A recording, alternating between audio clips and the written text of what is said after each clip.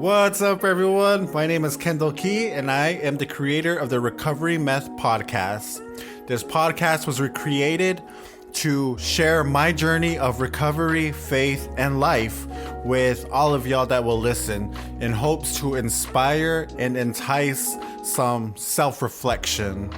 And I hope to do that. Now, the question is, where to begin? Since the last episode, there's been a lot of changes again in my life. So the best place would be, let's just start at the beginning of last week. So Wednesday, Wednesday I felt kind of ghosted, Again, this is my podcast to share my experiences and everything that I'm going through. And I'm going to always be honest, but I felt ghosted. It's been a couple of days since I've actually gotten a response from, the guy that, I'm supposedly in a relationship with. And, it just kind of left me in this space where I'm like, all right, so what's going on? Obviously, we ain't communicating right now. So, when something like that's going on, literally a million possibilities can run through your head in 1 second. And it is a trip. It really is. But, I get a text finally saying, you know what? I just been in a weird place the past couple of days. And I'm like, all right, cool. You know what? I'm here. And I just want you to know that, you're amazing. But then, me just being the type of guy that I am, I showed up at this person's place and hey, I'm outside, come on, we're going on a hike, I got you water, let's get you out of that headspace, just because that's the type of guy that I am. If there's somebody I care about that I know is going through some things, I try to be there for them. They ain't gotta ask, I just try to be there. But I waited around, come to find this person wasn't there, so I go on my hike. I'm coming back down and I get a text, just kind of like, hey, you know what? Honestly, this is a lot of pressure. It's a lot of pressure, you just kind of showing up at places. And it's a lot of pressure when we had a moment, we were walking and I don't know where this came from. I was just talking, but, I was like, you're either going to be my first heartbreak or you're going to be my first lasting love. Not knowing how deep or how much of an emphasis that actually was. And, that created expectations. Unknowingly, I didn't intend it like that when I was actually voicing that. And he said that was the moment that created a lot of pressure on his end. He said, at this moment, it's a lot, and, he would like to step out of this relationship and, work on our friendship.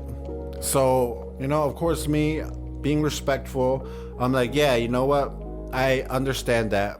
On my end, I really did feel like a lot of pressure because, I'm trying to impress this guy that I like. So, I'm going the extra mile. I'm doing stupid things and I'm doing things that I normally wouldn't do. Because now, mind you, this is literally my first relationship in my entire life, clean and sober. This is only the second relationship in my entire life. I'm just going in blind. I'm going off of what people around me are advising me to do. I'm going off of movies, and it's just been an experience. And so did I get my first heartbreak? I believe so. I will wholeheartedly say yes, I got my first heartbreak because I opened up to somebody, let them into my life. I told them things about me that I don't even think I've put on this podcast yet. The moments that were shared between us, it was, to me, that was real. To me, all of that was real. And it's I guess my biggest question is just why didn't you voice that the moment you started feeling that pressure. You know, I'm a person of communication. I believe communication, is key for a lot of things in business and schooling and relationships and friendships, But yeah, why didn't you voice that? The moment you began feeling like that, I would have paused and said, yo, you know what? That is way too heavy and my bad. Like, I didn't intend it to come off that way. Or, just whatever, let's take it back down a couple notches. Allow me to take it down a couple notches. And in my defense, I would ask him from time to time, like, yo, am I doing too much? And he would be, no, you're good. So I just made like that much more of a fool of myself more often because, again, I don't know. But, again, the moments that I shared with this person are real, and the emotions that I put out there are absolutely real. So, we came to a mutual understanding, and it's like, yeah, that I'm cool with. Like, deep down, I'm cool with that. But it doesn't take away that sting. There's a sting there. There's this hurt. Like, in all honesty, I truly do feel hurt. And at this moment, it messes with me because it's like, I have these moments throughout my day, like today, when this person pops up in my head and I'm like, damn, I just don't know. And it's like, I've said that so many times, and with this, I am just so confused. I truly am. Are we, like, when we said, like, yeah, can I just go back to being your cute friend? And he agreed. It's like, I don't know if, I just don't know. I truly don't. I guess my biggest question would be like, what? Was that actually a goodbye? Or did you really intend on continuing to be friends and just being, just so that messes with my mind right now. And during that moment, when we had that conversation, like, I'm pretty sure I didn't say the right things at all. Like, yeah. I'm laughing because it's like I'm trying to cover up that hurt, honestly. It sucks. It truly does. And the past couple of days have just been wild. So that happened Wednesday. The following day, I get a call early morning and I get some medical news about myself. And in all honesty, it was expected, but I wasn't prepared for it at the same time, especially with going through what I just went through the previous night. So again, that added some mixed emotions, and I'm just like, damn, okay. Well, I just gotta continue moving on.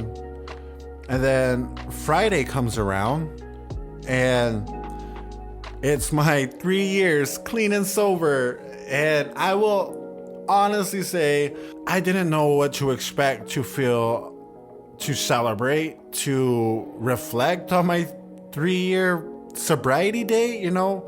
That again was just thrown. I don't know. I was sitting at my computer and I just got hit by these waves of emotions. It was, I'm proud of myself. I'm happy. This is a triumph. Like, I did it. Thank you, God. Thank you, Jesus. Glory to you. But there was a lot of self-reflection right there, and it just kept pulling me back. It just kept pulling me back into a place of, like, unworthiness. And I'll admit, there was a lot of feelings of survivor's guilt of the people that I had lost on this journey and in my life, the people that I had actually opened up to and allowed into myself that I have lost. My homie Keena, God rest his soul, is an amazing person who accepted me, who just straight up accepted me with nothing but love. And unfortunately, because we chose to go drinking at a lake at 4 a.m. in the morning, accidentally drowned. And that was something that just haunts me because, this is somebody I deeply cared about, and that happens. So the way I handled it was isolation and drowning myself day in and day out with nothing but alcohol, self-pity, just a lot of things. And the whole thing was a trip because it's like, how did I even miss that? How did there's so many questions, so many that come to mind of like how this could have been prevented. And of course the easy thing is shouldn't be drinking and doing stupid stuff, but it's just on a deeper level, and it brought those emotions up. My best friend Alex out here in the valley, my absolute best friend, just taught me a lot, accepted me. I opened up. He got me to open up and just be like, this is my homie. If there's one thing that he taught me in life, it's how to actually be intimate with another human being, and not in a sexual way, but actually have intimacy in your life. Like, you're just on the same you're on the same wavelength. You're able to just know what the other person is feeling, etc., etc. That's what he taught me, and we were on that level. And one day I remember going out to go hustle some drugs so we could get some food. So I left that morning, and I got some food. I'm headed back, and I get news from another tweaker walking down the street that says, hey, they took Hopper to the hospital. And I'm like, no, he's still there. So I get back there, and sure enough, he's not there. Apparently somebody had to call 911, and he went to the hospital, and I'm just like, what the heck? So we go there, and we're not allowed to see him. At least that's what the hospital told us. So we didn't get a chance to go in. Later on that evening, his dad gets word that he passes away that morning. And again, this is just like, forgive me for saying it, but at this point, it's just a what the fuck?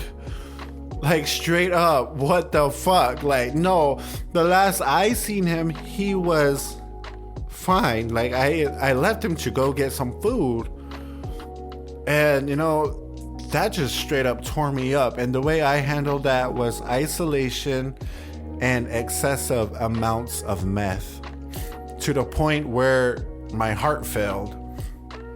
And it's like, I remember that just stung, that dug up every emotion when my mama passed away. It dug up every emotion when my homie Keena passed away. And it's like, I remember several nights for like maybe 2 weeks straight, I would just stand under this street light, looking to the left and looking to the right, just in the odd chance that, maybe they made a mistake. Just maybe he would be coming down. And I think what made that one just more confusing is like, I didn't see him in an ambulance. I didn't see him at the hospital. And on top of that, he was cremated. So I didn't get to, it wasn't real to me. It wasn't real to me because of all of that. And that just kind of left me confused and in this dark place. And I was reflecting on all the crap that I had done during my addiction. Everything, I was so suicidal when my mama passed away. All the ways that I just gave myself away. I literally very sex driven during my meth addiction, very conniving. I was willing to do whatever it took to get my fix, and just all the things that I've done. You know how many people I've hurt along the way. You know how many people I stole from. You know how many people that there's a lot that I reflected on that day, and it's like, it's still haunting to this day because it feels like I just dug it all up. and I'm trying to process. So Friday, it was just a lot of waves of emotions, a lot of hurt, dealing with a breakup, dealing with medical news, dealing with reflection of everything. And, it just hurt. And Tuesday, I celebrated my birthday. I celebrated my actual birthday. So I am 33 years old right now. I'm 33 years old and I am barely figuring out life. I'm barely figuring out recovery. I'm barely figuring out relationships. I'm barely experiencing life. And that was another wave of emotions, because it's like, you know what? I was at work. They got me a cake. In all honesty, when they were singing happy birthday, I just wanted to tell everyone just to shut up. That's all I wanted. But I think more so, I just wanted my thoughts to shut up. And it's like over the past couple of days, man, I swear I have tried to turn it just over to God, like where I'm at with my faith, with my walk, I'm still a baby. My spirit is still a baby. Like I'm still growing, and all of this is just, it's too much. And at times I'm just begging God, like, make it stop. Like, God, I need you. What makes this experience different is I am going through everything. I am feeling everything. At times I do want to isolate myself. At times I just do want to be alone. But I have responsibilities at work. I have responsibilities to serve the community that is also struggling, that I want to say an obligation, but I don't think that's the right word, but that I have chose to serve during their time, to help them get through their situations. And I think like at times, it's like I have to have it all figured out. I don't know if y'all follow me like on TikTok, but if you're listening to this podcast, this is me sharing my experience and how I'm getting through things. But like my social media channels is nothing but me sharing uplifting and encouraging words. I, at this moment, have no uplifting and encouraging words to give myself. And it's like I feel like I'm a little too hard on myself, because I feel like I have to hold myself up to a higher standard because of that. Like, oh, your relationship was only this long, like what the heck are you even doing crying about it? And it's like, no, I'm at a point in my life where I'm able to accept these feelings and know that, what, this is actually how I feel, and nobody can tell me different. I mean, somebody can tell me like, man up, do this, do that. Like, the hell you bitching about? They can tell me that, but it's not going to minimize or, take away any of the things that I'm going through or the memories that I keep flashing in my mind. No, I'm at a point in my recovery where, what? I'm going to feel and I'm going to process everything. It does hurt. It really does hurt. But I know that where I'm at in my faith, I am trusting, and I know that God is absolutely working. For the past 2 years, I can honestly say that I have felt complacent in life, complacent in my work. And yeah, all of a sudden, here comes this individual. He comes into my life. It literally opens up and creates this beautiful, beautiful chaos in my life. I didn't plan for it. I wasn't prepared for it. In all honesty, I'll be truthful. I actually thought this was just going to be just a straight up hookup. That I know all about. I've done plenty of them. I've had plenty of that. Like, I know all about that. Like, you know what? But no, for some odd reason, this one was different. For some odd reason, this person, I have no idea how, like, looking back on it, I have no idea how, but it just turned into what it did. And if there's anything that I learned from this, it is, you know what? This person reminded me that I can actually love others in a relationship style. in a relationship, like on that level, I can actually open up and be vulnerable to another human being, and it's not just all about sex. It is actually opening up and getting to know someone and putting my emotions out there and sharing those little moments, you know. That's what he has taught me, is, you know what, I can open up. And you know what, on the other side of that, it's like I opened up to the people that I see day in and day out, my coworkers, you know. He's gotten me to open up because I was asking questions, because that's how dumbfounded I was during this entire experience. It's like, I don't know what this means. I don't know what to do. So I'm asking them for advice. And you know what? I put my trust of my feelings in their hands. And it's like, during this, you know, they see me struggling. They see me hurting. And it's like, sometimes they look over, and I sit in the back of the office. So it's like, they look over, and I can guarantee you that I have tears rolling down my eyes.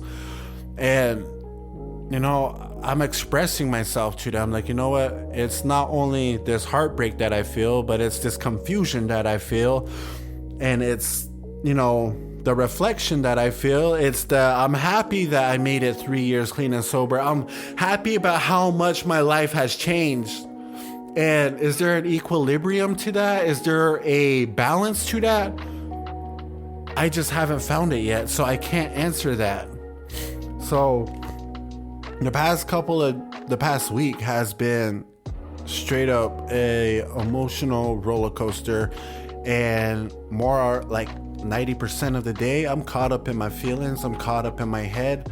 And you know what, but I thank God for the people that he has placed in my life, because, you know, they are supportive, they are helping me. You know what, last night I told my best friend, like, you know what, dude, I don't even want to be alone tonight, will you hang out with me? And yeah, we kicked it, you know, and it was nice just to not be alone. And I also feel bad because it's like I'm unloading all these emotions on them, talking their ear off. But I'm at a place right now. One thing that I do pray about and have been praying about is spiritual growth in my relationship with God, growth as an individual, growth in my recovery. And in all honesty, what that looks like, I have no idea. I have no idea what that looks like. I have no idea in what form, shape that's gonna come. But you know what? If I'm not making the moves that God needs me to be making, I know and I trust that he will intervene how he sees fit to allow me to grow. And I truly do believe that that's what happened. That's what's been happening. You know what? I'm gonna bring this person in your life, and you know what? He did. Like, it opened me up. You know, I found out that, you know, there's a lot of areas in my life that I still need to work on. You know, my insecurities kind of came up. You know, I'm capable of love and feeling loved. Like, you know, that's something I forgot about. It brought up a lot of feelings, a lot of emotions that I had forgotten about, because the past 2 years the past 3 years, I was never put in that situation to where these had to come out. With my recovery, you know what? Yes, you made it 3 years, but you know what? Yes, you went through so much, you've been through so much, but you know what? These experiences got you to this moment to be able to self-reflect, and you know what? That is a beautiful thing, because you never want to forget where you came from. And that's exactly what I want to do. I never want to forget everything, all my experiences and where I came from. You know, I never want to forget that before I came into treatment, I was homeless out in the streets of Phoenix, walking around with 2 crutches because my feet were swollen, because I was walking around not knowing that I had congestive heart failure. I never want to forget that moment, and I never will. But you know what? I'll never forget that I can make it 3 years clean and sober, that I can process emotions and actually feel them. And you know what? They're frightening, they're scary. Some emotions I love, some I don't. But you know what?